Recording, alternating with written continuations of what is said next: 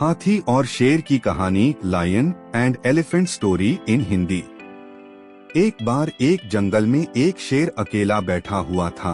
वह अपने बारे में सोच रहा था कि मेरे पास तो तेज धारदार मजबूत पंजे और दांत हैं, साथ ही मैं एक बहुत ही ताकतवर जानवर भी हूँ।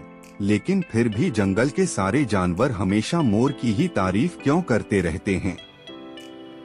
दरअसल शेर को इस बात से बहुत जलन महसूस होती थी कि सभी जानवर मोर की तारीफ करते थे। जंगल के सभी जानवर कहते थे कि मोर जब भी अपने पंख फैलाकर नाचता है तो वह बहुत सुंदर लगता है। यही सब सोचकर शेर बहुत दुखी हो रहा था। वह सोच रहा था कि इतना ताकतवर होने और जंगल का राजा होने पर भी कोई उसकी तारीफ नहीं करता है। ऐसे में उसके इस जीवन का क्या मतलब है। तभी वहाँ से एक हाथी जा रहा था। वह भी काफी दुखी था। जब शेर ने उस दुखी हाथी को देखा तो उससे पूछा, तुम्हारा शरीर इतना बड़ा है और तुम ताकतवर भी हो, फिर भी इतने दुखी क्यों हो? तुम्हें क्या परेशानी है? दुखी हाथी को देखकर शेर ने सोचा कि क्यों न मैं इस हाथी के साथ अपना दुख बांट लूं। उसने आगे कहते हुए हाथी से पूछा कि क्या इस जंगल में ऐसा कोई जानवर है जिससे तुम्हें जलन होती हो और वह तुम्हें हानि पहुंचाता हो?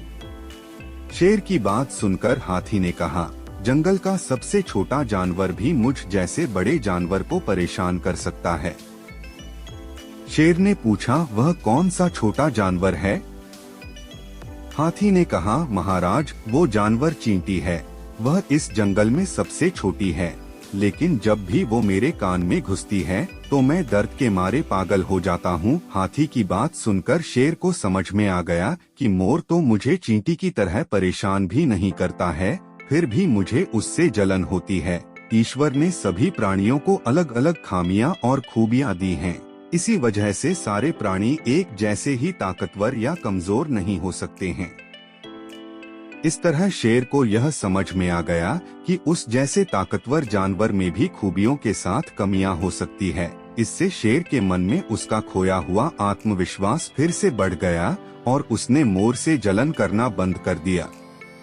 कहानी से सीख, हमें कभी भी किसी की खूबी देखकर उससे नहीं जलना चाहिए, क्योंकि हम सभी में अलग अलग खूबियां और खामियां होती है।